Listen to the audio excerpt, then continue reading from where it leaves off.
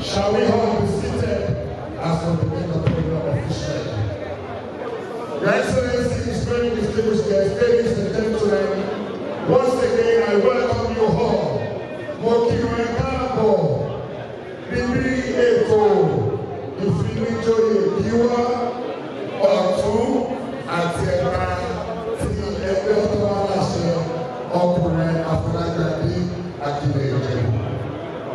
Bàbá ẹgbẹ́ owó wọ́n ti àti bàbá ẹgbẹ́, àti ìyá ẹgbẹ́, àti àdìbáṣà lọ́kùnrin, àti àdìbáṣà lóbìnrin, lágbára Ọlọ́run àní tètè mọ iye. Now we shall be inviting to the high table our advisory council. Please, ushers, please get set. Professional DJ, please you. While I invite to the high table, you please give us a very wonderful song for our advisory council to dance to when they go to the high table.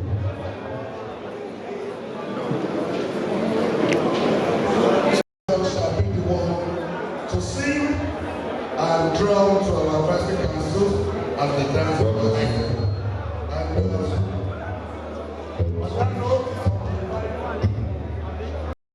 I will be inviting our Baba Ede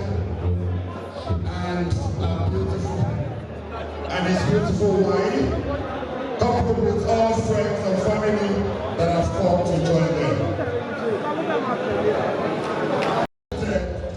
Shokuniwa Oshikeso and his beautiful wife. Baba Ede, thank you for coming.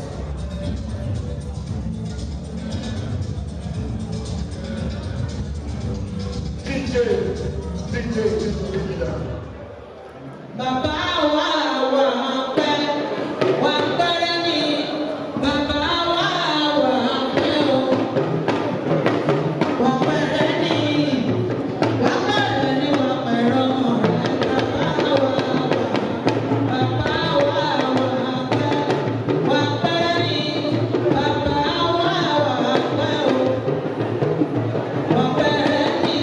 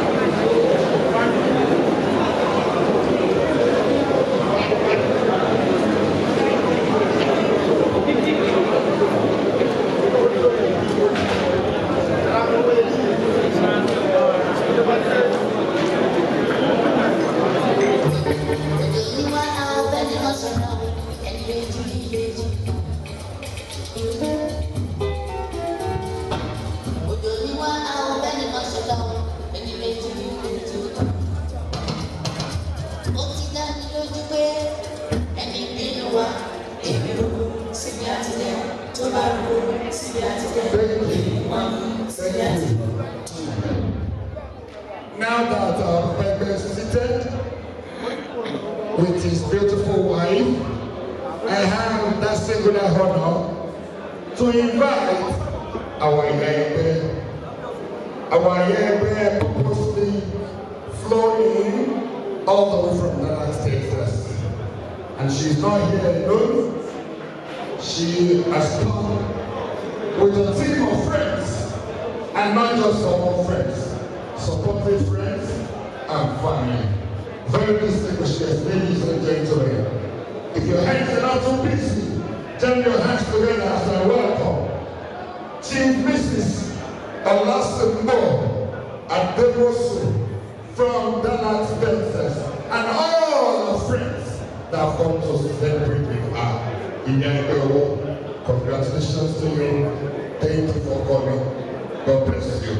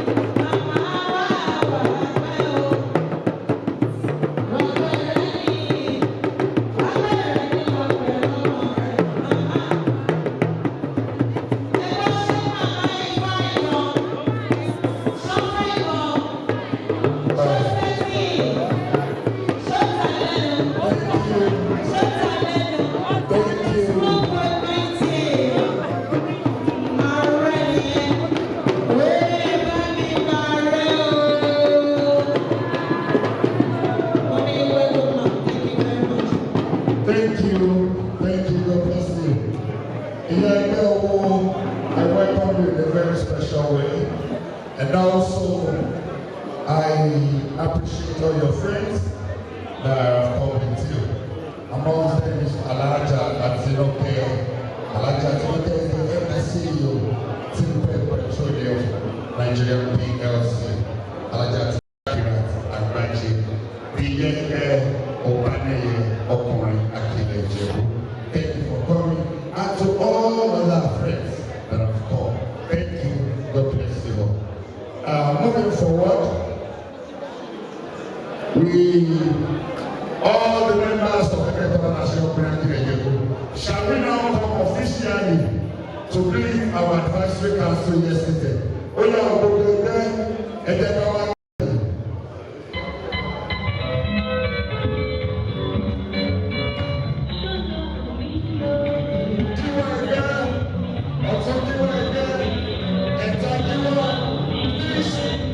You are to lead all other members to come and pay homage to America and the year. We shall start.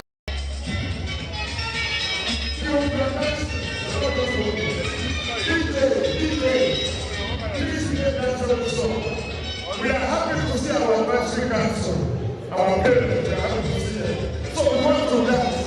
Yes, we will dance. Our people to start to dance.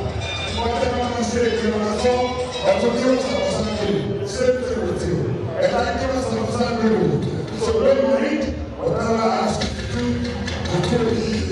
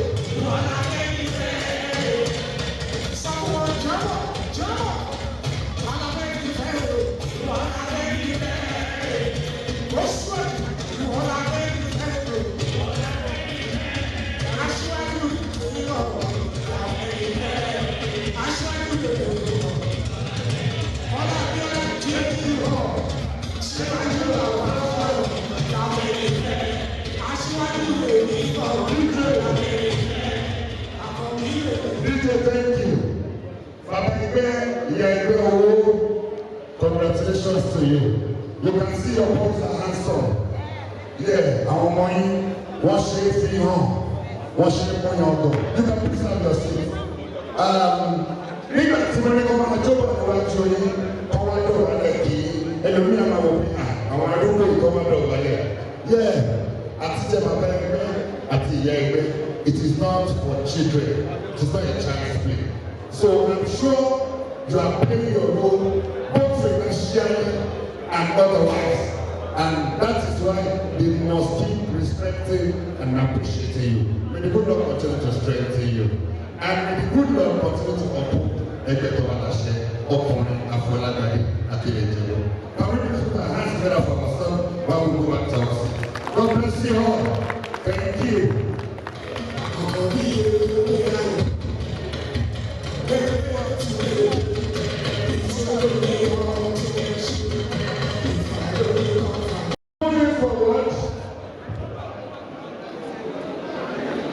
We want to start with an offering prayer. It is good to start with God, to remain with God.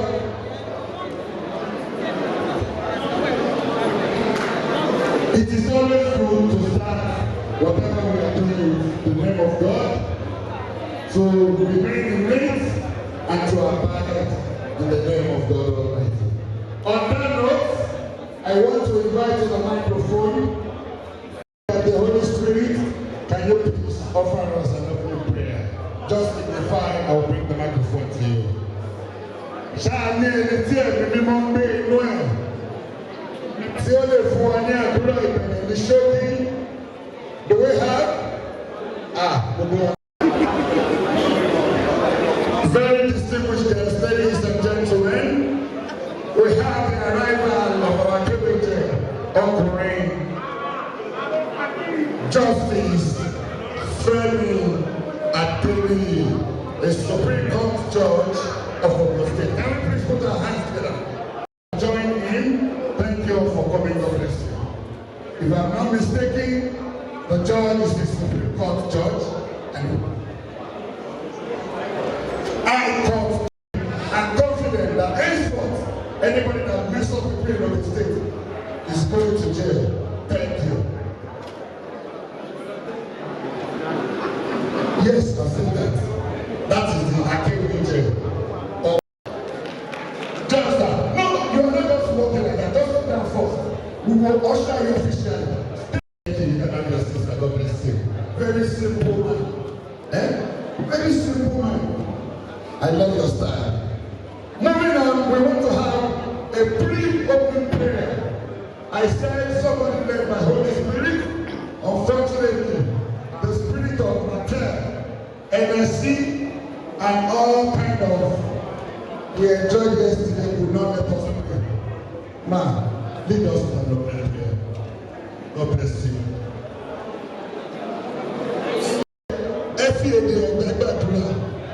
Please, in the name of God, go for Colombia. And if you prepare the Adura, was a problem. Was saved the Lord of God. God bless you. Can we please put the hands together for her? Very pretty lady. Now, we'll be making this come now. Am I telling you? In Jesus' name, authority there will be placed on holy name. Thank you for this day. Thank you for starting this day for us. Thank you, Father, in Jesus' name. Thank you for all the guests. Thank you for the inviting. Thank you for the special guests. Thank you for the beginning and thank you for the end.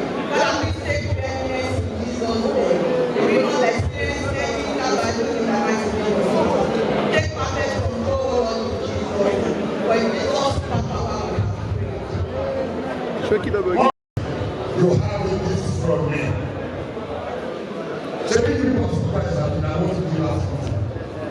Tell me any location in which you want to be passing on land.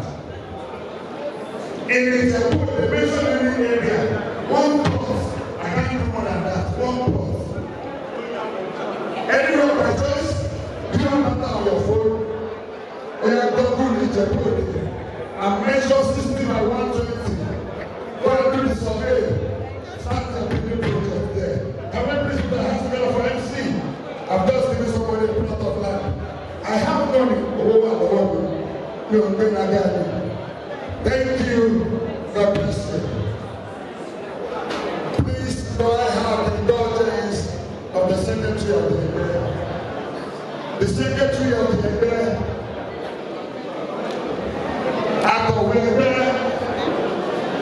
the Secretary, are you here? The Secretary shall present the DUI.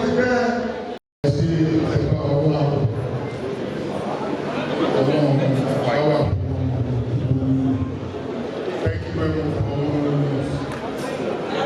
My names are Otuba Olajide. The Ogbeni Ẹgbẹ́ tó bá láṣẹ Afọlákadé Òkúta Nàìjíríà. There's a brief history about this Ẹgbẹ́. This Ẹgbẹ́ was formed like 3-4 years ago by 5 people. Myself, Barrister Adedoyin, Bato, the President of Adegiwa,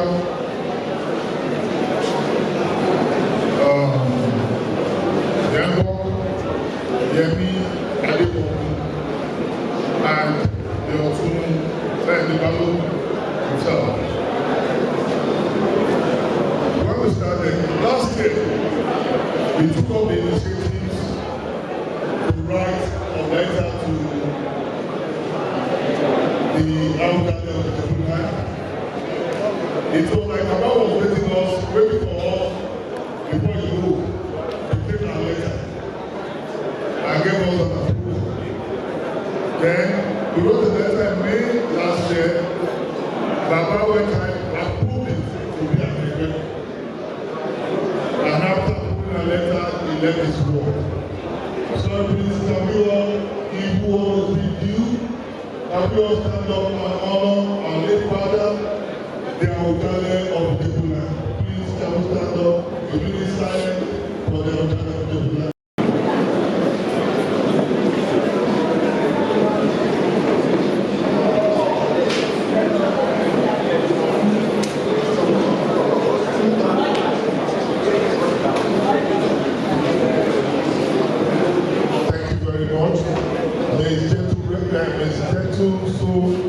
Bless the Papa and peace. Thank you, everybody. Don't get to take it. So, we had, like most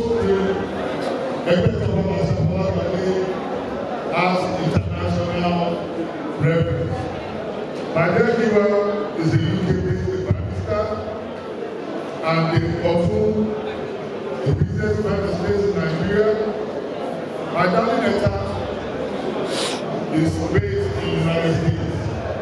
So, every time I said, after the day of the United States, is spread everywhere. So, thank God, our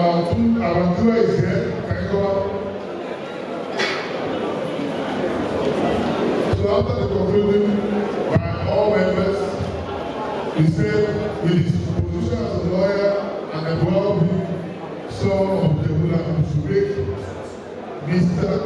Barrister Abibola Adeleke Bakari, our delegate. So, and then we went ahead and called upon our dearest Mr. Folani Ali to be the Otun Diva Egbe Toba said Apollo. Please can you come out?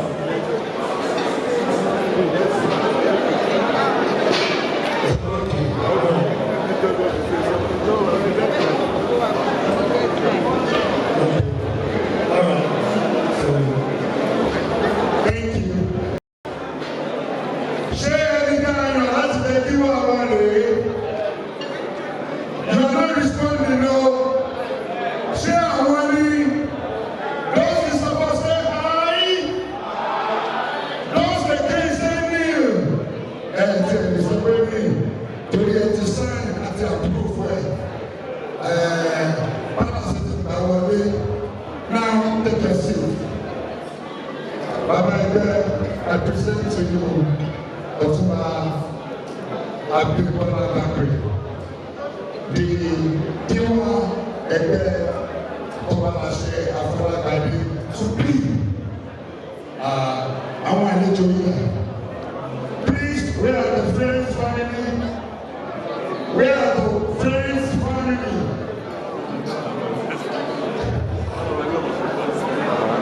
I'm sure the one is here. The wife of the Diwa, can you please come forward? I know the family members are present. Thank you, God bless you.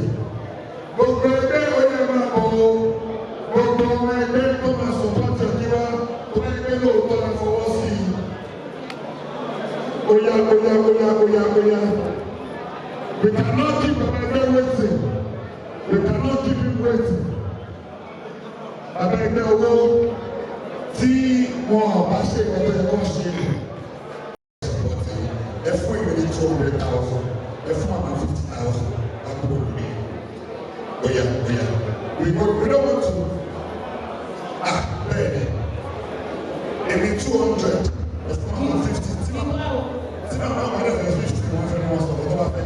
Àwọn náà mọ̀ pé kì í ṣe 50. Wọ́n ní olówó lọ́lọ́ ìwọ̀n kì í fòye lọ́ máa bẹ̀ ṣe. Tí wọ́n bá dẹ̀ fẹ́ dáadé kí wọ́n wọ̀n kì í dé lásán. Kọ́dà bàbá ẹgbẹ́ pàápàá pẹ̀lú ẹni tó máa kọ́kọ́ ṣí débẹ̀. Tí kí wọ́n bá ṣe gbogbo ẹni náà pátápátá tí wọ́n bá fún wọn ní support. Ẹjọ́ ẹ bá mi máa san owó yẹn síbẹ̀. Ká tó bẹ̀rẹ̀ náà, owó yẹn ló bẹ́ẹ̀ ẹ máa fún ní support náà. Dáàdì, bàbá ẹgbẹ́ ẹ máa fún wọn ní support tó bẹ́ sí. Ọwọ́ mi ni kẹ́ ẹ mú sí.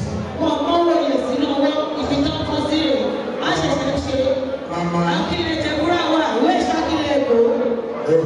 Bẹ́ẹ̀ni, Akílẹ̀ Jẹ̀búrà wà, kì í ṣe Akílẹ̀ Èkó.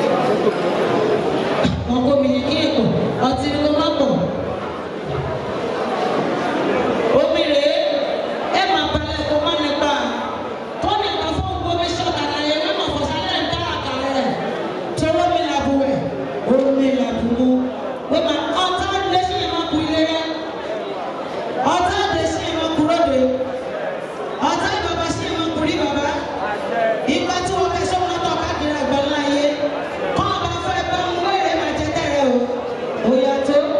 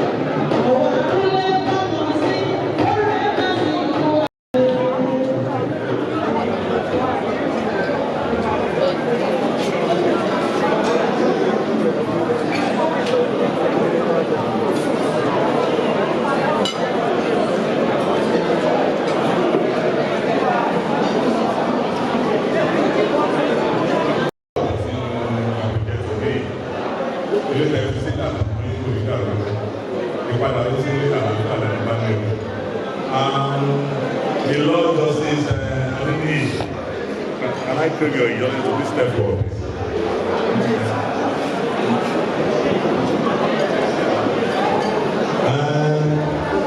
I want to be olóyè balógun ààrẹ olóyè bàbá yẹ ká rí níbẹ̀ yẹn.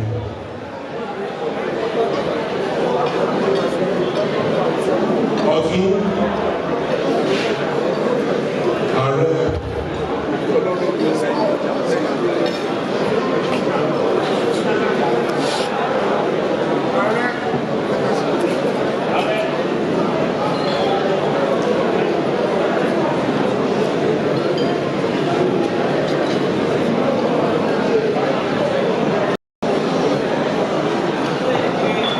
with the permission of our Baba Igbe Okunba and our Mrs. Adesimbo.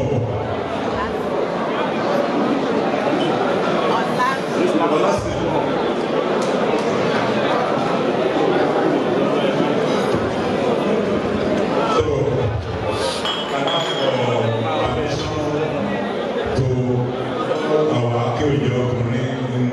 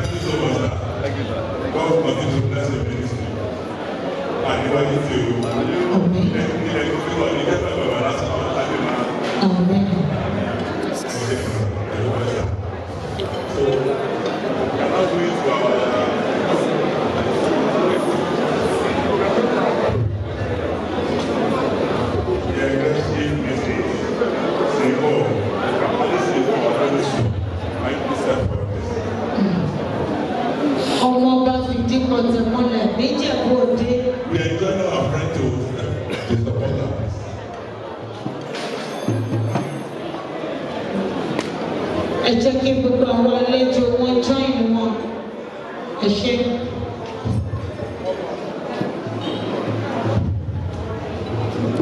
àní gbogbo ayé ọmọ mi àwa ò ní ọmọ mi tí yóò dá ní ẹgbẹ́ gbogbo ayé ọmọ mi gbogbo ayé ọmọ mi àwa ò ní ọmọ mi tí yóò torí pé àwa gbogbo fún màmá ọ̀la sọ̀rọ̀ làwọn fẹ́ ní ẹgbẹ́ àwa gbogbo fún màmá ọ̀la sọ̀rọ̀ làwọn fẹ́ o gbogbo ayé ọmọ mi ayé ilé gbogbo ayé ọmọ mi àwa ò ní ọmọ mi tí o.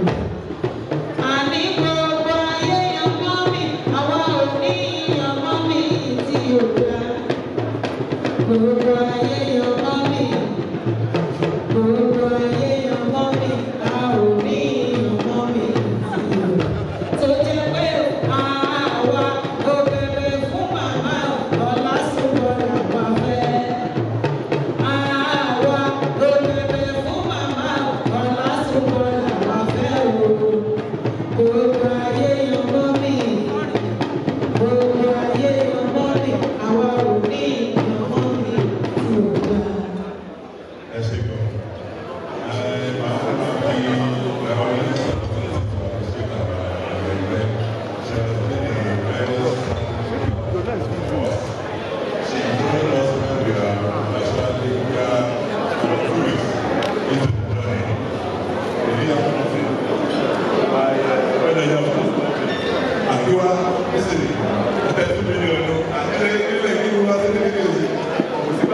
pè é ẹgbẹ́ látó sọ̀rọ̀ tán tí wọ́n fi lè wọ́n ní káwọn ọ̀dà wọlé wọ́n lè yẹ ṣe gbogbo àníyàn.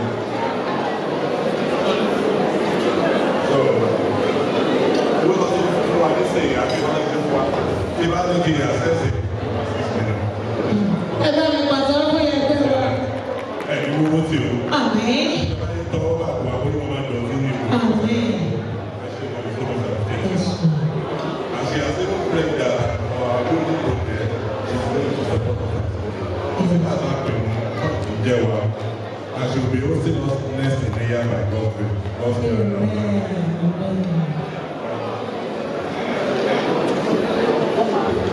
With the permission of my Baba architect, Sofilewa Architect, God will permission start to work with the pastor.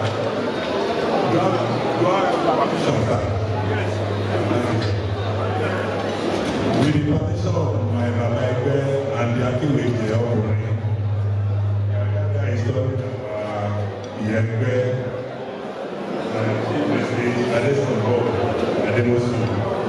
in the name of the Father, the Son, and the Holy Spirit. We are mommy, oh, oh, oh, Wapelaye, mommy, oh, oh, Bejo, Wapelaye, Bella, Lavia, Bejo, Wapelaye, Bella, Bejo, Bejo, we are Anima, oh, Anima, oh, if you are serious. Wọ́n ṣètọ́jú wa. Àní máa mọ̀ ọ́. Bóyá ẹ̀wọ̀n kele yẹ́yẹ́ lórí àjíbátọ̀ wọn. Ayélélé ẹ̀wọ̀n kele yẹ́yẹ́ lórí àjíbátọ̀. Ayélé ó jẹ ẹ̀rù méjìlá. Ẹ̀wọ̀n kele yẹ́yẹ́ lórí àjíbátọ̀. Ẹ̀wọ̀n kele yẹ́yẹ́ sẹ́ lórí àjíbátọ̀. Ìyá ẹ̀gbẹ́ Afọlákàdé gbogbo tọrọ aṣọ́kùnrin akílẹ̀jọ̀. Ẹ ṣé. Thank you very much, mommy. God bless you, ma. Let's take picture of you. Picture.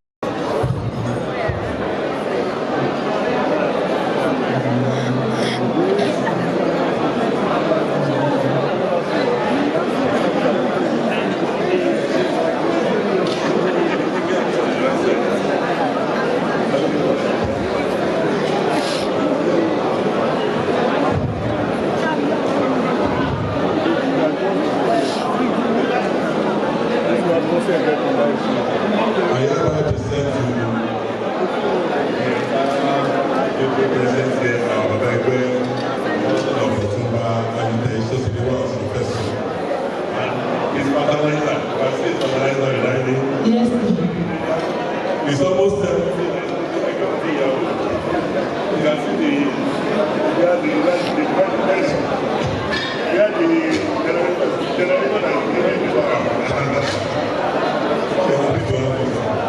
initially we chose our advisor, but because this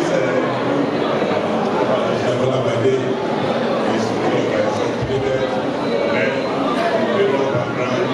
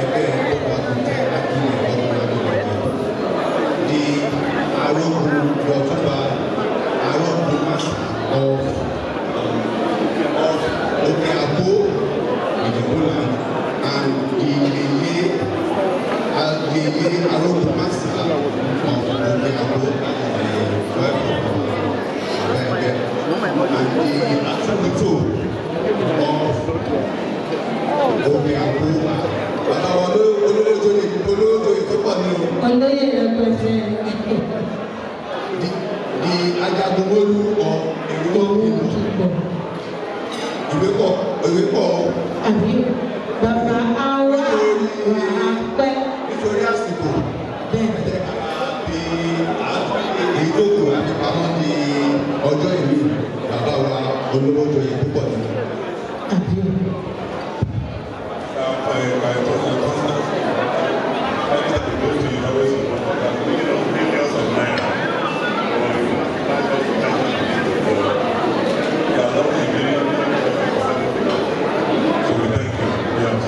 Thank you.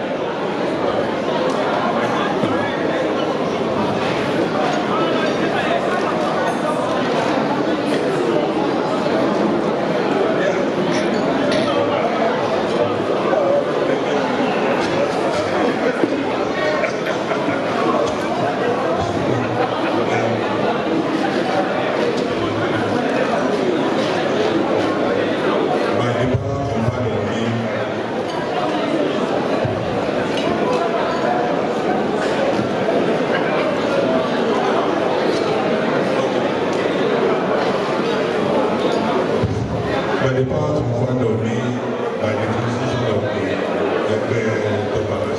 by name, we hereby install Otunba as the sustainable professor as my in the name of the Father, the Son, and the Holy Spirit.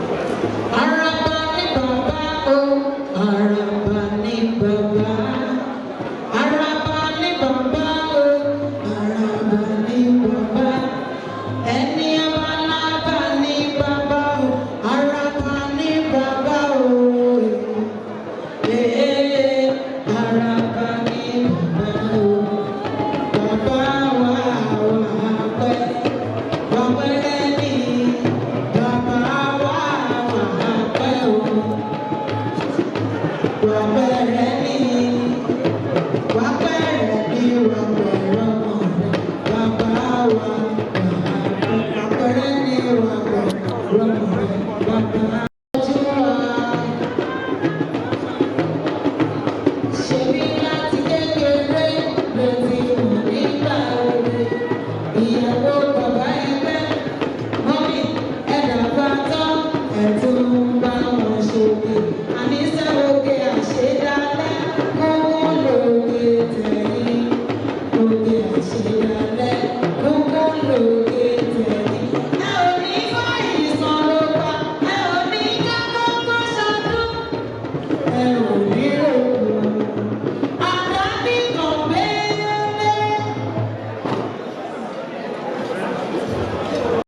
Gbogbo ọmọ ẹgbẹ́ tábàlà ṣe àfọlágbàdé tí gbogbo ọmọ wà nípa. Òkè gbogbo ọmọ ẹgbẹ́ tábàlà ṣe àfọlágbàdé tí wọ́n wà nípa. Wọ́n ní gbogbo ẹ̀mọ́ ẹgbẹ́ tó bá láṣẹ àfọlágbádé ọkùnrin tilẹ̀ jẹ̀bú tó bá wà lójú ọgbẹ́ bàbá ẹgbẹ́ pé gbogbo yín pátá. Wọ́n ní kó má ṣe pé nìkan lẹ́yìn ẹ̀sùn mọ́ bàbá ẹgbẹ́.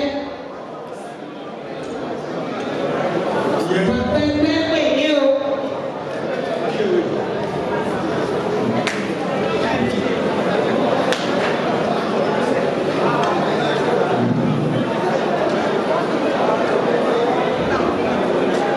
Ẹ̀fọ́ wa ní ẹ̀ẹ́dísìsì wa díẹ̀ ẹ̀gbọ́n ọ̀kọ̀tà fẹ́ sọ yìí. Ẹjọ́ ẹ̀yìn àlejò wa ẹ̀gbọ́n ọ̀kọ̀tà fẹ́ sọ yìí. So, mo máa gbé oyè bàbá ẹgbẹ́ yìí ló jẹ́ ọ̀dọ̀ feel more like ọ̀rẹ́ ẹgbẹ́ because you can see gbogbo ọ̀rọ̀ tó wà nípa accomplished professionals and very very proud of them and I feel comfortable talking on their behalf. Ẹ jẹ́ kó ní lágbára náà wọ́n sọ pé ìyẹn ẹgbẹ́ ló máa host wọn ní next year lágbára oríṣi àlá. But hosting wa yẹn ẹ̀gbọ́n tí ìwà sọ wípé òun donate 1,000 plots. Ẹ̀gbọ́n tí ọ̀tún sọ wípé òun donate 1,000 plots. Nísì ẹ̀jẹ̀ kí gbogbo wa jẹjọ wà nípa ìyẹn ẹgbẹ́ akéwì jẹ. A sọ wípé ní àsìkò yìí lọ́dún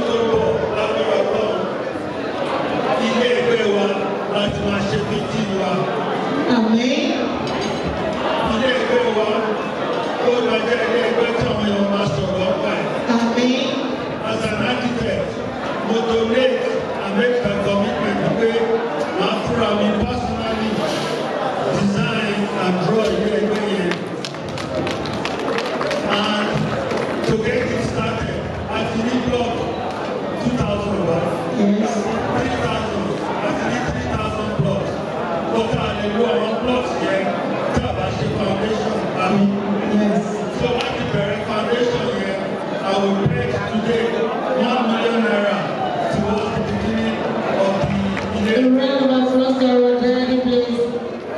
Everyone, for that day. Thank you, God bless you, sir.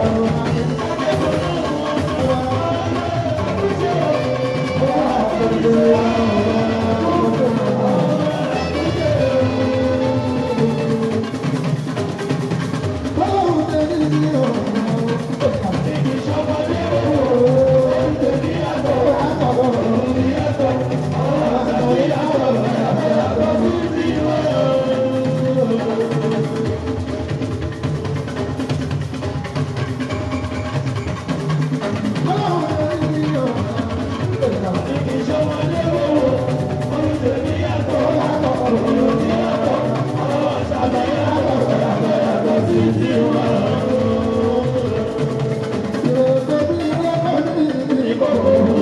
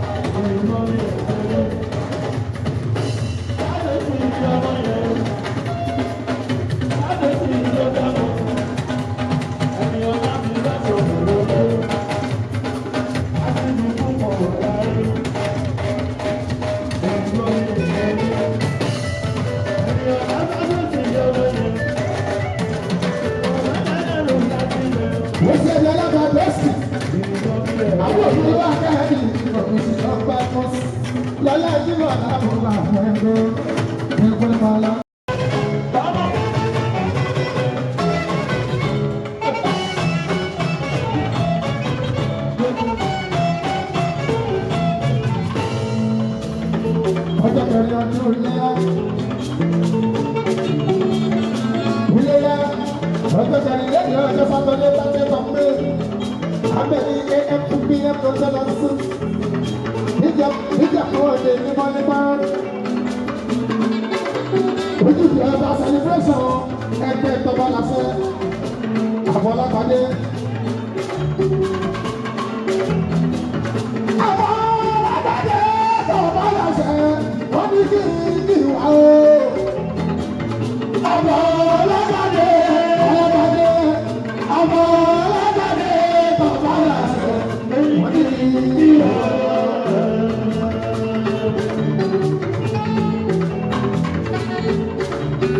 Bàbá àgbàṣà àbọ̀lágbádé.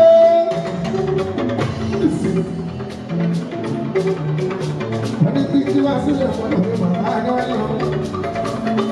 Bàbá ẹgbẹ́ wa, ìyá ẹgbẹ́ wa. Wọ́n ní káàkiri àbọ̀lágbádé, bàbá àgbàṣà àbọ̀lágbádé. Ọkùnrin akílẹ̀ jẹun.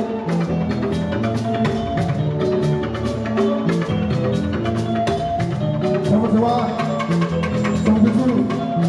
73, 71, 72, 73.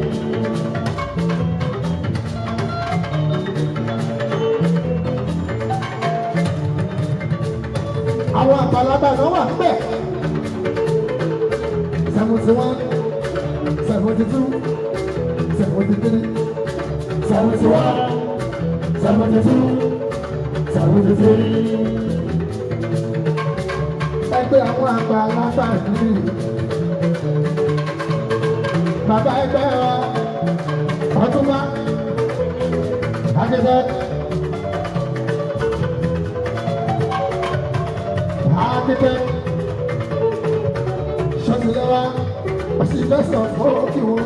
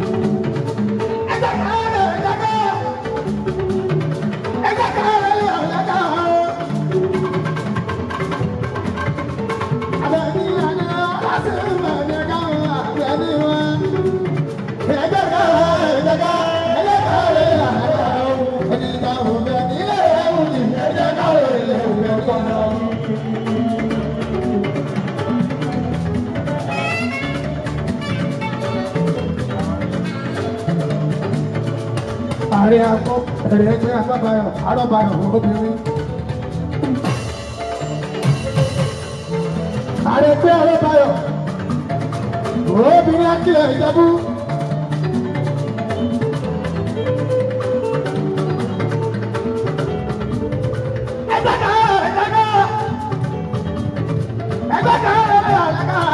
Abẹ́ni ẹni ọlásán ń bọ̀ ẹ̀jẹ̀ ká lè lọ abẹ́ni ọ. Ẹ̀jẹ̀ ká ẹni ká ò fẹ́ ilé ẹ̀rù ni ẹ̀jẹ̀ ká lè lọ abẹ́ni ẹni ọ.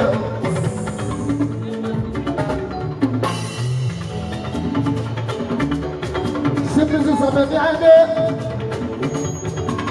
Àwọn ìyá ẹgbẹ́ o. Bọ́lá sí mọ́ abẹ́ni adé adé mọ́tò. Sípì. Sípì Dallas America, Dallas Texas. Mama Mayo Mami. Mother Nicole. Mama Nicholas. Mokiola Yinka mi Soni. Sani Yinka. Lady B Alasama Ole Mara. Ayẹyẹ kábẹ ni ó jẹ Sindi. Yọkàbílẹ̀ kábẹ ni ó wà ó.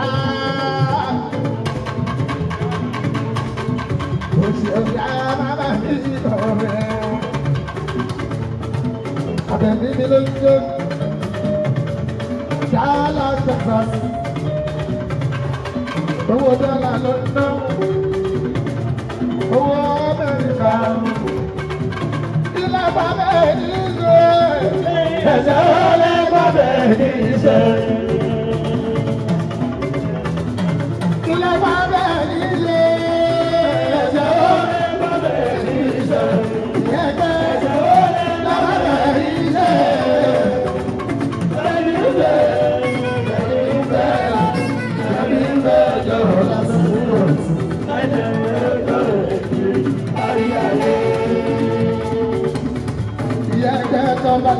Bọ́lá gbádé ọkùnrin akílẹ̀ yẹ kúkú ọ̀rọ̀.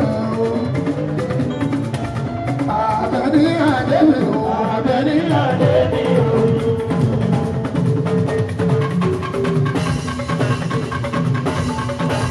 Olójújọ́ mi là ní owó wọlé. Àbẹ̀ní àdébì o. Olójújọ́ àwọn àti owó wọlé. Àbẹ̀ní àdébì o.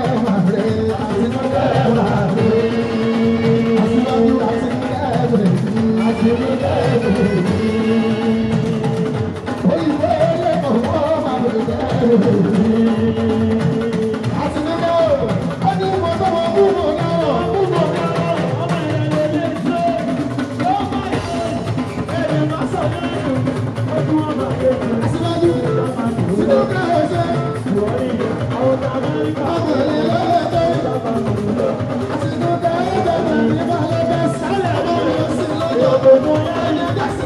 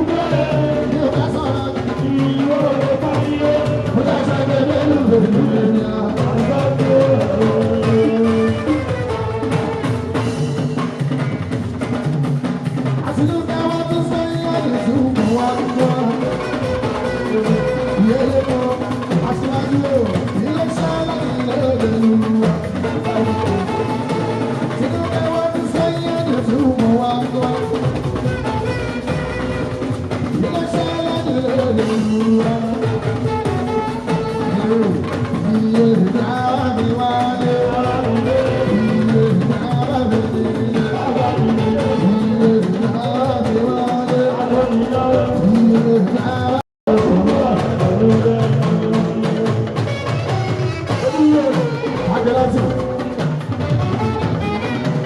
Alága Akọ́dé Sákìrà Bùyó Sọ́kọ́. Sákìrà Sákìrà. Akọ́dé Sákìrà Sákìrà.